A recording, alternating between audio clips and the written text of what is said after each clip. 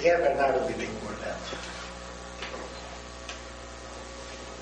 Eu sou Bernardo Bittencourt Neto, tenho 53 anos, sou jornalista por vocação, por formação, por ideologia e por tudo que ele possa significar. E eu trago isso com muito orgulho, principalmente porque, além de ter trabalhado, me preocupei também ao discutir a participação do jornalista através das suas entidades de classe. Eu presidi a Associação Paranaense de Imprensa, fui membro da Associação Brasileira de Imprensa e colaboro sempre com o Sindicato de Jornalistas. Então isso permitiu que eu pudesse também trocar mais ideias e saber mais a respeito dessa figura do jornalista. Porque quando você desperta para essa atividade, para essa função, você principalmente se joga de cabeça, né? Numa situação que é um emprego do qual você tem que ter duas atividades para poder dar de comer à família. E sempre foi assim. E não é diferente nos dias de hoje, apesar de toda a tecnologia. Então eu sou esse cara que gosto muito de comunicação e atuei com jornal, com televisão e um pouco de rádio. E essa experiência de rádio foi uma coisa muito forte em mim, porque ela permitiu que, quando surgiu esta comunicação pela internet, a experiência de jornal e de rádio se fundiram para fazer os sites. Mas, Bernardo, voltando à origem, você é curitibano, voltando à adolescência? Eu sou nascido em Rio Negro. Eu nasci em Rio Negro e fui criado em Morretes daí. Quando meus pais, porque meu pai era perito no estado, passou no concurso, fui para Rio Negro e depois ele voltou para Curitiba, né? E eu não acompanhei o estudo quando eu cheguei em Curitiba.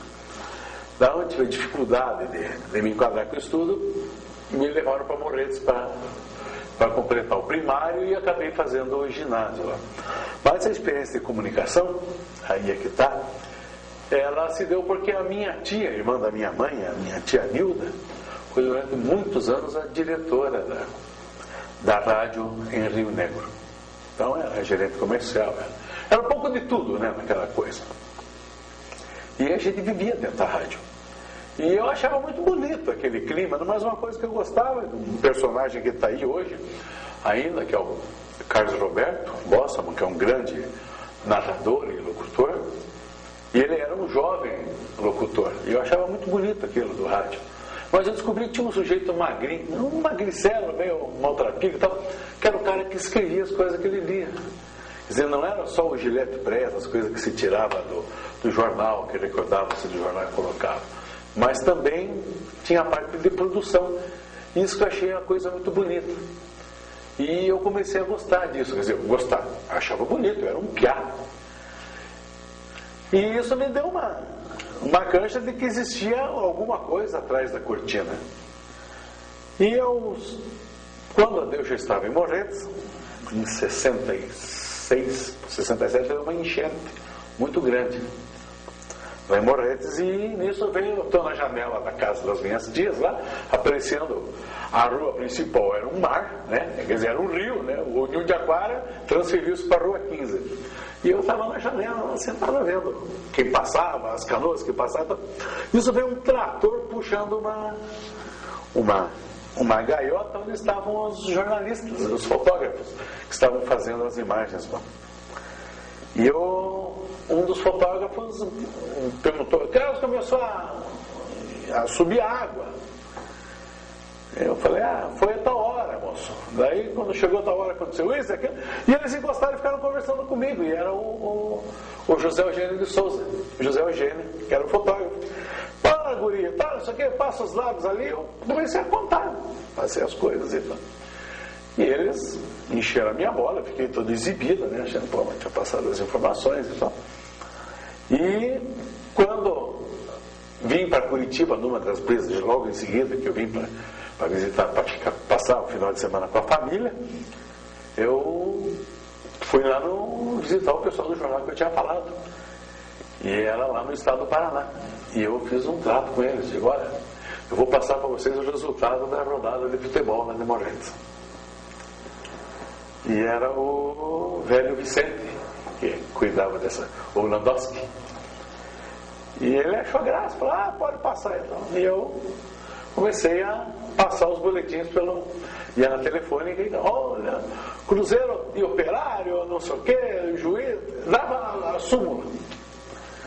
E comecei a ser meu correspondente, passar umas coisinhas e tal, assim, que a pessoa na redação, eu acho que aceitava como, até meio como brincadeira, mas... E quando eu terminei o ginásio e vim para Curitiba, eu fui trabalhar logo em seguida fui trabalhar da office boy na Habitação S.A. Mas eu fazia todo o serviço de banco e depois passava ou numa rádio ou num jornal, passava a conversar, o pessoal da Independência, quando eu conheci o Euclides, o pessoal todo, e eu estava sempre lá especulando e bisbilhotando. Então meu pai conversou com um amigo dele, que era o seu Josias Marquesi, no estado do Paraná, e ele me arranjou um emprego lá na publicidade. Então eu trabalhava na publicidade, no balcão ali, pegando anúncios, e de tarde eu ia para a redação. Ficava lá enchendo a paciência e tal. Daí eles me pegavam para pentear telex. Daí eu ficava penteando telex. Pentear telex? É que antigamente o pessoal de hoje vinha, as agências mandavam as notícias, né, pelo teletipo. E você tinha que ir juntando as notícias nacionais, internacionais. O duro é que vinha em takes, né? Vinha take 1, né? Vinha take 4, e não vinha o 2 nem o 3. Você tinha o começo e o fim da notícia e não tinha o miolo. Então aí você tinha que esperar, vinha o take 3, e não vinha o 2, quer dizer, não vinha a abertura da segunda parte da notícia, né? Não vinha o intertítulo, né, com o corpo da matéria. E você ia espalhando aquilo na mesa, você ia guardando, nacional para cá, internacional, esporte, não sei o que, e você ia colando aquilo. E no teletipo escrevia tudo com letra caixa alta, né? E você tinha que acentuar e colocar um tracinho embaixo, onde era maiúscula, e tal, aquela cedilha, tio e tal. E sabe que esse é um trabalho que dava inclusive cancha para você aprender a ler e a escrever. E no jornal, naquele tempo, tinha o setor de revisão. E no estado do Paraná tinha uma revisão muito bem gabaritada. E eles chamavam a gente e diziam o que estava errado, porque não se escrevia isso, que você não colocava aquilo e tal. E tinha gente muito boa na redação no tempo, quer dizer, profissionais que acabaram indo para fora e se projetando, e eram pessoas que eram corrigidas pelo pessoal da revisão. Seu Lídio, eu lembro muito do seu Lídio, que era uma pessoa que dava uma aula para a gente. Ele era um professor de português. Então, quer dizer, essa coisa do jornal, daí eu já em seguida eu vim para o Diário do Paraná, mas o curioso é que eu vim para o Diário convidado para vir para a publicidade. Daí que eu continuei fazendo a mesma coisa no diário, trabalhava de dia na publicidade e de noite na redação. Profissional no estado. Já era profissional. Não, eu era estudante. Bisbilhoteiro. Eu estava eu estava estudando científico, né? E queria fazer vestibular para veterinária. Mas daí já fui descobrindo logo que não tinha nada a ver para ser capagata, né? E comecei a me infiltrar, aquele negócio. Estava no diário, passei no vestibular em História. E fui, me matriculei em História, fiz um período de História. E o Danilo Cortes, né, que era o chefe da redação, daí um dia ele falou, por que você não passa para jornalismo? E daí eu fui pedir a reopção. Pedi a reopção e daí entrei em jornalismo na Federal. Então com aquela coisa de já estar na redação, eu tive uma experiência rápida de novo no estado do Paraná. Porque eu fui substituir o Luiz Antônio, que faz até hoje o Flash Social. O Luiz tinha se acidentado e eu fiquei fazendo a coluna dele, que era a coluna de clubes. E um dia eu estou sendo na redação, que eu não sabia que eu seria que era uma coisa tão feliz, que a gente era repórter, né? Fazia o material, entregava para o editor e ia embora. Você tinha hora para sair, porque você tinha que entregar o texto, você tinha o deadline. E trouxa eram os que ficavam na edição, que só ia sair meia-noite, aquela coisa e tal. E um dia eu estou saindo e o Petrovelli estava fechando a tribuna, nisso dele, essa matéria ficou sem título, lá. E eu estava, põe um título nisso aqui. Eu fui lá e mas nessa, pronto, dá não. Aí eu virei editor. Quer dizer, eu já passei a trabalhar com a turma do fechamento. De graça. Fazer o apoio ao fechamento. Não, aí eu era contratado como funcionário do comercial. Né? Eu tinha carimbo na carteira. E daí com essa história de você sabe fazer títulos e fica no apoio. Eu fiquei no apoio à cozinha. Então eu passei a entrar na redação às 5 horas. Isso me custou uma fama muito curiosa, porque todos os amigos e colegas que daí entraram no jornal depois, quando eu comecei no jornal, o Bittencourt já estava lá. Mas eu tinha ido piar para lá, quer dizer, então como eu sabia titular, eu virei fechador, e a minha turma, para sair, passou a ser aquela turma do fechamento. Depois fechava o jornal, ia se encontrar para jantar, para bater papo e tal. Daí vinha o pessoal da Gazeta, do Estado, do Diário, e a minha turma ficou sendo os diretores de redação, os fechadores e tal. Então eles diziam que a minha turma era aquela, porque eu já era velho no jornal. E quem inventou essa história toda foi o Jorge Mosquera, né, que é um danado aqui. Fica dizendo, não, quando eu comecei, eu tenho que estar lá em velho e tal. Então, Que ano era isso? 71 para 72, né? Eu estava com 17 anos. E daí essa coisa de fechamento. Daí passei, fulana vai tirar férias, precisa fechar a nacional, pega o BIT. Internacional precisa fechar porque o Beltrano está doente. E aí eu fechava a internacional. E com essa história, fecha a polícia, fecha aí, fecha não sei o quê. Daí eu comecei a ficar ligado na cidade também, né? Então, com essas coisas de ficar ligado na cidade, eu tive uma experiência bem rápida no Canal 4. O pessoal do Show de Jornal, que era aquela história maravilhosa que todos sabem do nosso jornalismo, do nosso telejornalismo. Mas eu já estava no Diário, eu fiquei no Canal 6. E onde eu levava as tundas do Giacomo Bassi, que era uma figura maravilhosa, mas volta e meia, na cheia e na minguante, ele estava meio virado, então ele se trazia o texto, a gente batia o texto no stencil, né? Porque depois tinha que ir lá passar, ficar todo mundo com a mão suja, aquele negócio, fedendo de álcool. E o Giacomo olhava e dizia assim, droga. E ficava... Ele já batia na base do mimeógrafo, né? Que era o que ia permitir a reprodução, né? Era a máquina de Xerox dos anos 50 e 60, né? A máquina de reprodução. Então, meio engraçado, porque nem com o Canal 6 também, aquele negócio. Estava numa fase meio danada, já da Tupi, a coisa embaixo, então eu já era repórter também. Eu já saía fazer matéria, eu fazia dupla com uma dupla genial de cinegrafista. Você estava na televisão? Não é porque era jornal e TV, porque era no mesmo prédio. Porque daí, você ter ideia, aquele prédio do Canal 6, que hoje é o canal da música, onde está a TV e rádio educativa, que não foi um prédio idealizado para ser a sede do Canal 6, da TV Paraná, um prédio construído pela família Stresser. E foi um prédio que é um projeto do Lubomir Ficinski. E quando fizeram aquele prédio, que eles levaram para lá, sobrou muito espaço, porque era aquela coisa monstruosa. Tanto é que na época, o pessoal da Tupi gravava novelas em Curitiba. O elenco vinha para Curitiba, ficava aqui nos hotéis. O diretor do elenco era o Carlos Zara, e aquelas atrizes bonitas, aquele negócio, né? A gente aí ficava tudo exibido. Então, quer dizer, fazia reportagem da TV também. E o que eles fizeram? Dentro de um estúdio do Canal 6, eles colocaram o Diário do Paraná com gráfica, redação e administração, dentro de um estúdio, para você ver o que era a base daquele prédio, que depois foi adaptado, e hoje abriga uma série de atividades lá. Então, quer dizer, quando concentrou tudo aquilo, fazia o quê? Eu trabalhava um período na TV e outro meio período no jornal.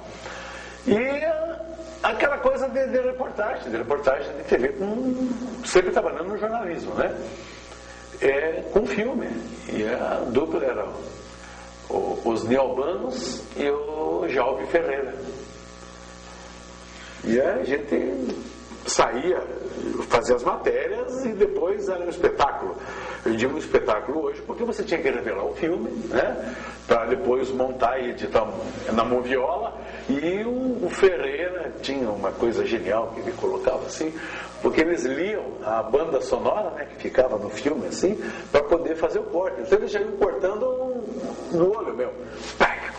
Botava o durex e ia montando e porque a gente já ia combinando, porque você tinha que fazer entrevista combinada, porque o filme era muito caro e não podia gastar filme. Então você, olha, tem tantos pés. Então o Ferreira já me dizia, olha, você faz 2 perguntas pro cara e assim. Então a gente ensaiava a pergunta antes com o entrevistado e daí gravava. Porque o Ferreira já ia dando sinal de que estava no final o filme e você tinha que parar, porque não tinha como fazer, terminava o filme e você ficava segurando o microfone, né? Como é que foi o período do Diário do Paraná? O Diário do Paraná, hoje eu tenho uma brincadeira com o pessoal quando se reúne, porque eu nasci no ano que fundaram o Diário, né? Então, no dia 29 de março, quando eu reúno o grupo do Diário, eu sou o mais novo, quer dizer, porque eu pelo menos tenho a idade do Diário, e fica aquela brincadeira com o pessoal, né? Exatamente. E o Diário do Paraná era uma escola fabulástica. Quando eu moleque, que eu saía domingo de manhã, que ia à missa, meu pai dava um dinheiro e dizia, me traga um jornal. E eu queria comprar o Estado do Paraná, porque tinha um suplemento infantil, tinha um monte de coisas e tal. Mas ele dizia, me traga o diário. Mas eu não sabia por que meu pai queria ler o diário. Porque o diário era um jornal que só tinha letra, né? Quer dizer, poucas fotos e tal. O Estado tinha os suplementos, no domingo, tinha suplemento feminino, tinha suplemento infantil, então eu já me animava mais, né? Mas não, ele pediu o diário. E aí quando eu fui para o Diário do Paraná, lá no Diário tinha uma turma que era uma fase de transição, que era uma turma muito criativa. E era uma pessoa que puxava muito da gente. Era Jorge Narosniak, era o Paulo Marins, era o Eurico Schwinden, sabe? Já tinha um pessoal que era 1 ou 2 anos mais velho, mas era um pessoal ligado, antenado na cidade e tal. E eu vim num grupo, mas não, porque eu estava trabalhando também, eu fazia um bico com o Mislav Surek, porque eu escrevia a revista do Clube Curitibano com ele. E daí quando saiu o Ed Franciose, o Surek assumiu a coluna social do Diário do Paraná e eu herdei a coluna de clubes do Surek. Então eu virei colunista de clubes também. E isso era uma farra, porque a gente praticamente passava o dia dentro do jornal. Aquela coluna de clubes na época do Diário, não me lembro do estado, eram colunas pagas. Eram sustentadas pelos clubes. Então, editorialmente, você praticamente seguia uma filosofia do patrocinador, era isso? Não, acontece o seguinte, os clubes, eles vendiam o que chamavam na época de carnê. Então, tinha um determinado espaço, uns quadradinhos, onde os clubes botavam seus avisos lá. Para associados, compareçam à secretaria, faz o quê. E como eles pagavam essa publicidade, né, era o que garantia o espaço na página. Era uma agenda social. Eles chamavam... Sabe, quer dizer, os clubes não tinham isso, porque naquele tempo a vida clubística era outra coisa, uma coisa que acabou, que a gente também acompanhou ao longo dos anos, que hoje você vê que em Curitiba você não tem mais nem carnaval, nem baile de carnaval. Um clube faz um baile na terça-feira e faz um baile no domingo infantil e não tem mais. O pessoal vai todo para a praia, fica em casa vendo na televisão. Mas naquele tempo não. A vida clubística era ativa, tinha as promoções sociais e os bailes tradicionais. temporada de piscina, nossa, temporada de piscina eu saía com o fotógrafo para fazer fotos sábado e domingo em diversos grupos, para ir usando as fotos ao longo da semana. Todos os dias da semana eu publicava a foto de uma moça bonita no verão e foto de mesas de jantares, jantar dançante, que eram atrações que era um baile que sempre tinha show, vinha cantor, era uma coisa muito legal. Tanto é que volta e meia no domingo a gente fazia uma página gráfica, que a gente chamava. Fazia uma página com todas as atividades dos diversos clubes. E esse setor de promoção também envolvia muito a gente. Porque daí, através da coluna, eu acabei coordenando o Rainha das Praias. E depois, junto com o Surek, no primeiro ano eu fiz com ele, depois de 2 anos sozinho, eu fiz o Miss Paraná. 76, 77, né? E 78. Já era o tempo do Danilo Dávila? Não, o Danilo Dávila veio depois. É paralelo, né? Não, é porque o Danilo depois ficou com a coordenação. Porque na época teve uma briga muito grande na Associados por causa dos direitos dessa coisa. Porque os direitos do Miss Brasil era de um grupo que era do Miss Universo, e tinha um outro grupo que era do Miss Mundo, que era o grupo Catalina, aquela coisa. A gente não tinha a noção do esquema do marketing como se tem hoje, né? A gente fazia um evento, você fazia um baile, a festa. Você nunca pensava no que vinha, o que tinha por trás, o que fazia. Tanto é que eu depois, quando fui para a equipe do Miss Brasil, por 2 anos, eu, com o pessoal da Tupi, eu fiquei surpreendido em como se fazia aquilo por trás o que tinha de envolvimento por trás do evento em si. Mas naquele tempo, daí, concurso de Miss, essas coisas ficou brega, né? Daí ninguém mais fazia. E agora, curiosamente, ele voltou a ser chique. E em todas as suas versões, né? Miss Universo, Miss Mundo, Miss Beleza Internacional, porque eram concursos patrocinados pelas grandes empresas de cosméticos. Nossa, uma era da Paiô, outra era da Helena Rubinstein. Nossa, a Catalina era Maiôs, né? Então era um troço mundial, né? Você nem pensava nas Nike, nas coisas, as coisas que envolvem hoje, né? Mas daí hoje está na moda, tudo de novo e tal. E nessa parte daí do jornal, a gente fazia na promoção as páginas que durante o evento. Quer dizer, então, no Miss Paraná você fazia 20 dias de uma página por dia, chamando e tal. No Rainha das Praias fazia uma página durante a semana, todos os dias, falando do clube, falando das candidatas. E isso permitiu também algum conhecimento técnico. Porque na televisão eu trabalhava no departamento artístico junto com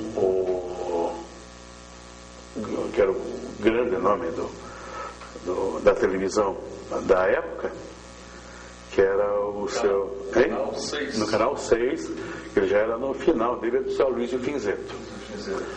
Que depois ele passou a parte artística daí para o Jamu Júnior, que veio do Canal 4, né? Numa daquelas mudanças ele veio para o Canal 6. E com o seu Aloysio, a gente tinha um contato com a equipe técnica, era um pessoal maravilhoso, porque fazia das tripas coração, porque o equipamento era velho, era tudo remendado com barbante. E nós fizemos uma transmissão do Rainha das Praias direto em Guaratuba. A equipe ficou no meio da Serra do Mar, num determinado ponto que eles mediram lá e descobriram e tal, e eles jogavam o sinal de Guaratuba, de dentro do iate, para o morro em Guaratuba, e do morro para o meio da Serra do Mar. Com micro-ondas. Com micro-ondas, aqueles panelões enormes, aquela coisa. E foi um feito, porque a imagem era meio chuviscada e tal, mas foi ao vivo. Porque antes você gravava, passava no outro sábado e tal. E não, aquela foi uma transmissão ao vivo. Foi um negócio assim genial. Foi muito comemorado pela equipe técnica. Isso acho que foi em 76. Beirando de 76. E, nossa, fizemos uma festa. Eu sei que eu participei, eu não entendia direito o que era. Por quê? Porque era o pessoal da técnica comemorando, porque eles tinham conseguido fazer essa transmissão. E daí a gente também começou a colar o esquema do jornalismo com a produção. Daí quando mudou a Tupi e entrou o esquema da Rede OM, que daí veio um pessoal novo com uma ideia de dar uma chacoalhada no jornal, porque daí veio no grupo da OM, né? Na parte do jornal veio o Creso Moraes, veio o João José Versbitsky, veio quem mais que estava? Veio dar um sinal, uma pessoa maravilhosa que tinha chegado para cá, que era quem? O Carlos Coelho. Mas é que junto com a grande sacada foi o Reinaldo Jardim, que tinha feito o caderno B do Jornal do Brasil, tinha idealizado uma série de mudanças também com o Jornal da Tarde, aquela coisa, e veio para cá e trouxe o anexo, que era o segundo caderno do Diário do Paraná, que passou a ter como editor o Aderval Fortes. E tinha uma equipe também que trocava muita ideia, né? Que era o Aderbal, era a Miriam Caran, era o Retamoso, tinha o... quem mais? Marilu Silveira. O Paulo Marins também estava? Não, o Paulo Marins não. O Paulo Marins... Primeira fase. O Marins tinha feito a primeira fase do Diário. Daí foi uma fase muito criativa. O Haroldo Murat estava, né? O Haroldo Murat já tinha saído. O Murat não estava mais no Diário. O Murat era nos 70. Daí isso já era nos 70 daí, né? Mas nessa fase do anexo, foi uma fase muito criativa, foi muito bonita, a gente fazia um material muito bonito, né? Porque tinha essa equipe e tinha uma figura genial, que era um diagramador, é um diagramador, que é o Antônio Colasso, que tinha trabalhado no Rio de Janeiro, e o Colasso era um sujeito que sabia ver tudo da vida cultural, da vida boêmia, né? E a gente fazia sempre trocando ideia, por que não fazemos isso, não fazemos aquilo e tal. Eu lembro em especial de uma edição de Dia do Trabalho. Vem o Dia do Trabalho, vamos fazer um caderno especial, e o Reinaldo Jardim bolou umas coisas lá, e o Aderbal falou assim, vamos ter um evento de música em Curitiba, vamos fazer uma edição só de música que fale de trabalhador. A gente sabia de um pouco, sabia de outro, ia pesquisar alguma coisa lá, e nisso senta o Colasso, com aquele jeito dele todo despachado, minha gente, vamos então falar dos sambas do trabalho. E começou a desfilar aquele mundo de sambas que ele conhecia. Bonde São Januário, leva mais um operário, sou eu que vou trabalhar. Patrão, o trem atrasou, por isso. E aquilo foi contagiando, e nós achando graça, começamos a cantar. E as meninas, a Miriam Caran, a Marilu, o pessoal, já tirando as letras, porque a gente tinha que aproveitar o Colasso, aquele que sabia as letras, né? A gente não sabia. Tinha Google? Não tinha Google naquele tempo, né? Então você tinha que pesquisar ou utilizar os pesquisadores. A gente ia encher a paciência do Aramis Milarchi, que trabalhava no estado do Paraná, que a gente ia lá, Aramis, essa música tá, lógico que ele conhecia.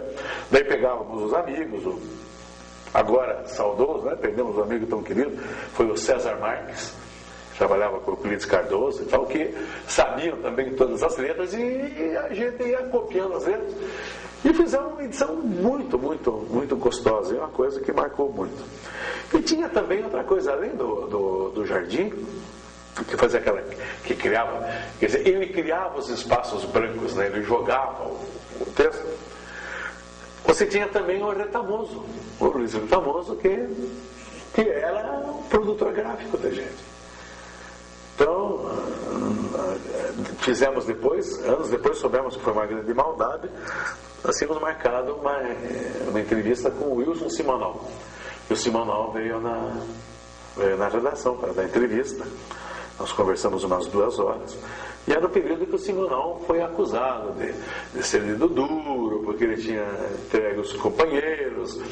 E contava-se na época que o Simonal entrava no estúdio, os músicos saíam, quer dizer, eles gravavam a banda, a base, e ele que cantasse depois.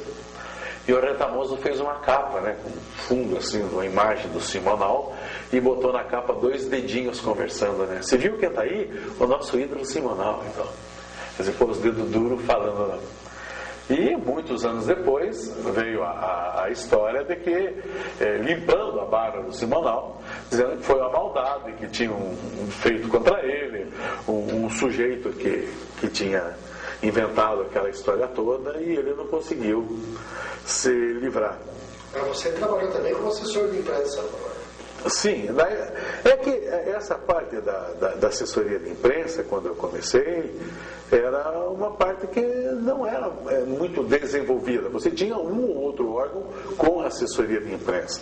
Os jornais, na época, faziam a sua pauta, faziam as suas reportagens. E as assessorias de imprensa, realmente, elas serviam como base de informação, para dar base para a pauta, né? E passar informações. E não era assim, uma coisa de atividade firme para ninguém. Você trabalhar as assessorias de imprensa só davam aquela base para as pautas e para um serviço institucional. A ligação jornalística era muito mais tênue. E com o tempo ela foi ganhando espaço. Daí eu fui para a Secretaria da Agricultura trabalhar com o João Silveira Filho, e tinha uma equipe que era um barato lá, porque nós produzíamos um jornal, mais boletins de rádio, e apoiávamos a Emater na produção no material de TV.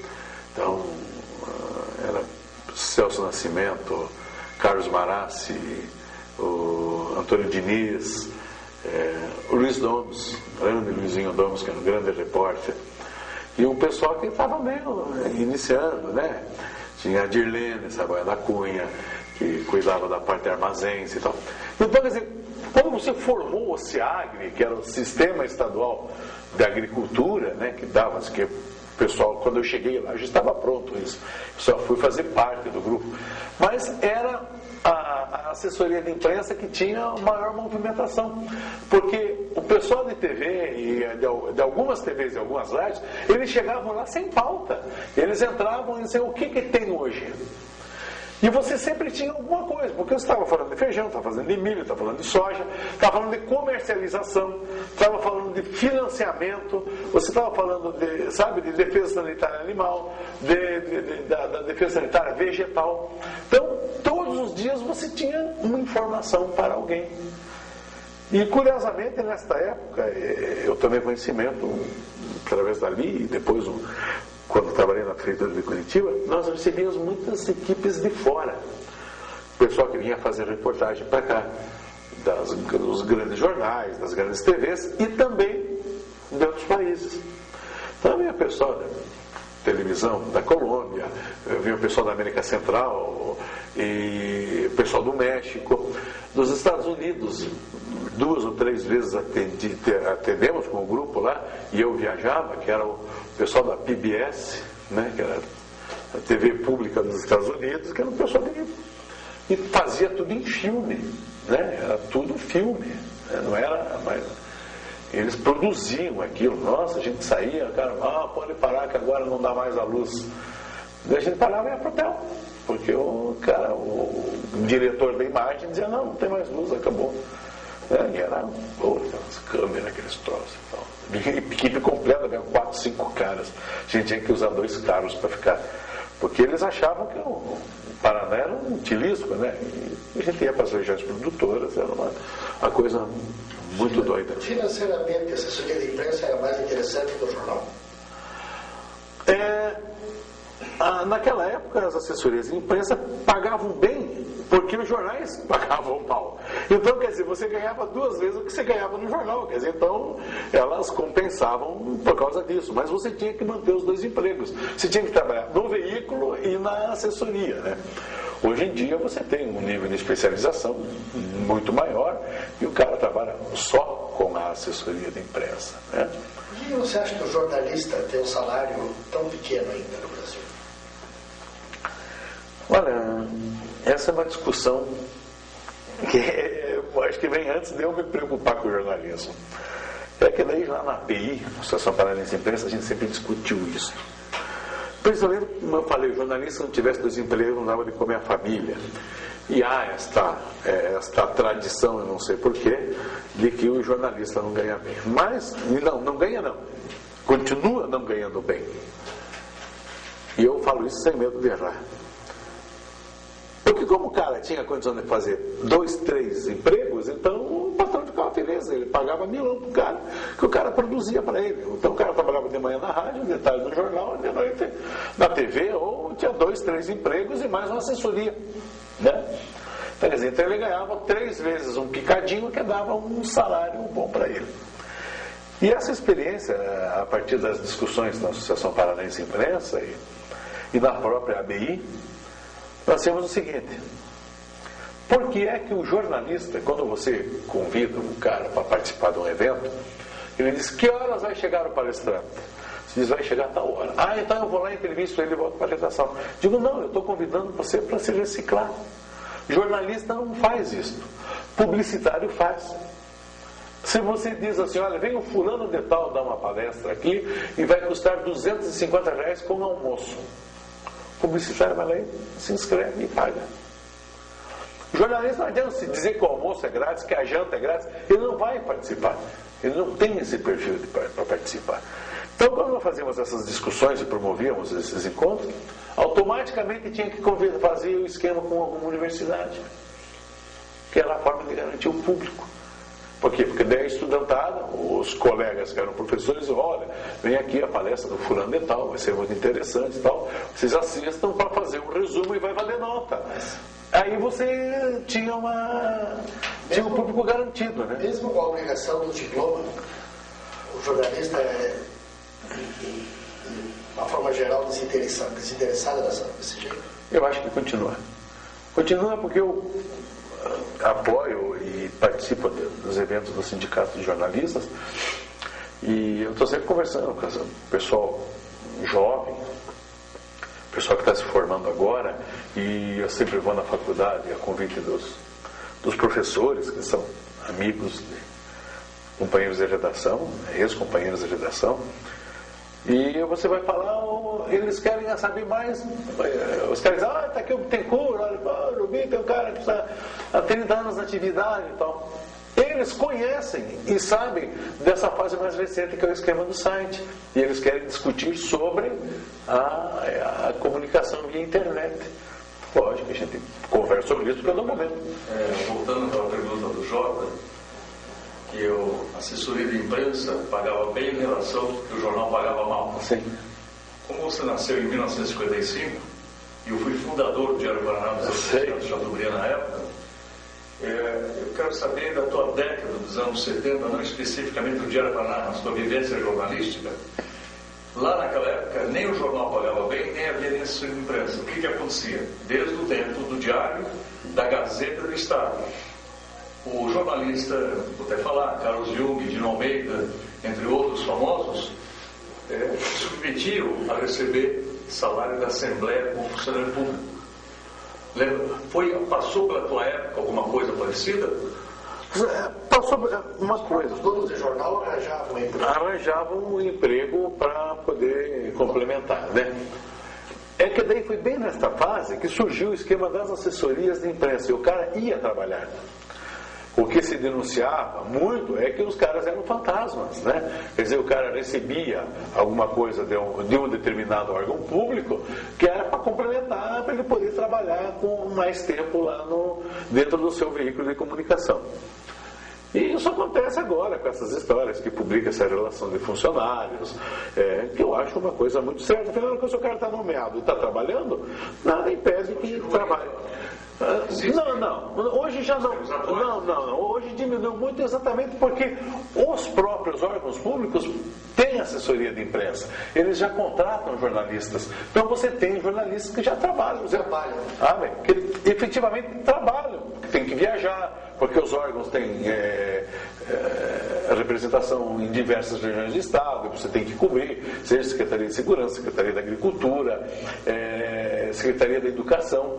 E os programas desenvolvidos pelas próprias secretarias estaduais envolvem outros órgãos que são ligados a eles e que exercem atividades de comunicação culturais que exigem o trabalho do jornalista. Quando o Diário Paraná, que nos grandes jornais, como escola, terminou, o Bittencourt foi para onde? Daí fui para o Correio de Notícias, que estava começando, sendo tocado pelo Reinaldo Jardim e desenhado pelo Reinaldo Jardim e a parte jornalística idealizada pelo Walter Schmidt. Propriedade dele? Adolfo de Oliveira Franco. E que depois se elegeu deputado, o Adolfinho, e depois daí tinha como sócios, depois daí o Max e Manuel Rosemann, o Bayar Osner, quem dirigia o jornal, porque o Bayar era o chefe era o diretor da sucursal da revista Manchete. E daí eu trabalhava no Correio de Notícias e o Bayar me pegou para fazer umas matérias para a Manchete. Que eles tinham desmontado a parte da sucursal aqui, que a Bloch estava num daqueles piques de baixa, né? Mas vendia muito bem. E eu passei a fazer matéria para a Manchete. E fiquei na sucursal da Manchete 10 anos. Então eu ficava aqui no Rio de Janeiro. Eu ia para o Rio Aí, numa fase já, assim, uns 3 anos depois, que eu também passei para a síndrome do fechamento, né? Eu passei a ser fechador da Manchete.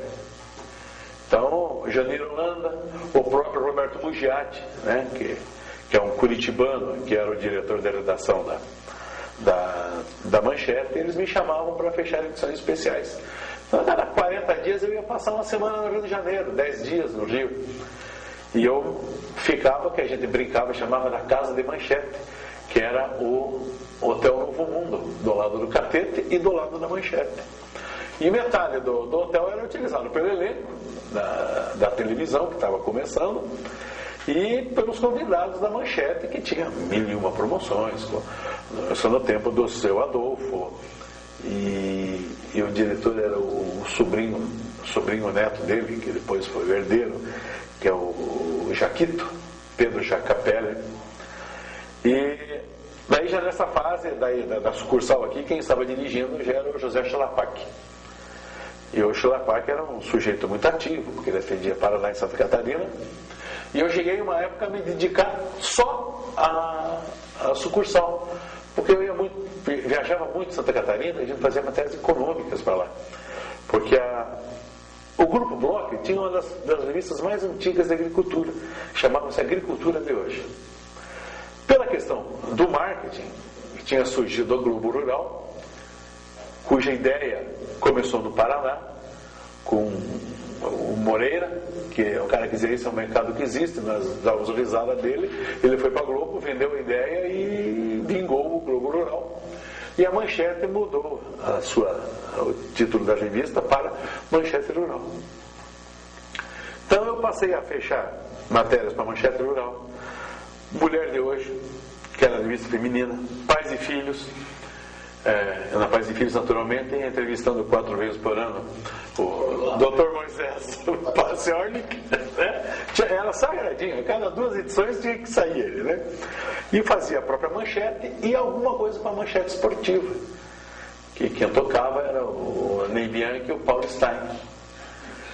Então era uma produção muito grande na sucursal da revista, porque você tinha que fazer esporte, daí durante a semana você tinha que viajar, e daí tinha que passar tudo pelo Telex. Ou então você escrevia o material nas laudas, né? Colocava os filmes dentro, só se trabalhava com slides, né? Daí enfiava dentro de uma caixa e mandava pelo avião para o Rio. E o fechamento da Manchete era às segundas-feiras, às 7 da noite. Era o deadline, porque a Manchete circulava às quartas-feiras. Então era uma doideira, porque você, no dia que você tinha que fechar, era meio de semana, era a época de estar fazendo a matéria, e você estava devendo para uma editoria uma matéria, o pessoal da economia estava esperando, e você tinha que fazer para a agricultura. Então era um período muito agitado, mas também muito difícil da gente viver, porque daí eu estava casado, né? Daí já tinha mais compromissos, né? Comprar o leite das crianças, né? E receber da Bloch num período foi ardido, rapaz, né? Mas a gente foi superando, e daí já não me dedicava tanto à revista, pegava a freela para fazer em assessoria, então. E como eu sempre trabalhei muito com a área da agricultura, né, por ter trabalhado na secretaria, daí eu fiquei uma época na Federação da Agricultura também, no Paraná, eu comecei a produzir material para revista, para cooperativas. Então o freelancer que fazia que dava o sustento. Mas de veículo, que era a coisa que a gente ia ficar ligado sempre, né? Daí depois dali da Manchete, eu fiquei na Manchete e vim para a Indústria e Comércio. Depois do Correio de Notícias, fiquei a temporada na Secretaria da Agricultura, daí fiquei com televisão e produzindo TV também. E nessa época que eu fiquei no Canal 12, junto com o Celso Nascimento, que era o chefe da reportagem, o diretor era o Marcos Batista, nós fizemos um projeto que envolveu um monte de gente, que foi um projeto genial, que foi a cobertura do Eleições de 88. Nesse projeto, nós viajamos quase um ano, todos os municípios. E o master da comunicação era só o telex e o telefone, não tínhamos mais nada, né? Então, junto com o Celso e o pessoal, a gente desenhava no mapa e cortava regiões e tal, e fazíamos o quê? Nós juntávamos os municípios que eram comarca, que normalmente juntava 3, 4 municípios numa comarca, que tinha rádio, ou tinha um jornal. Então, fizemos lá e no mês de janeiro contratávamos o cara, olha, a partir de maio você vai começar a mandar um boletim com as informações das eleições na cidade. Precisam saber dele, mas já dávamos uma ficha para o cara com o nome do município, o número de moradores, de eleitores, quem era o juiz eleitoral, qual era o telefone da rádio e tal. E fomos mapeando o Paraná.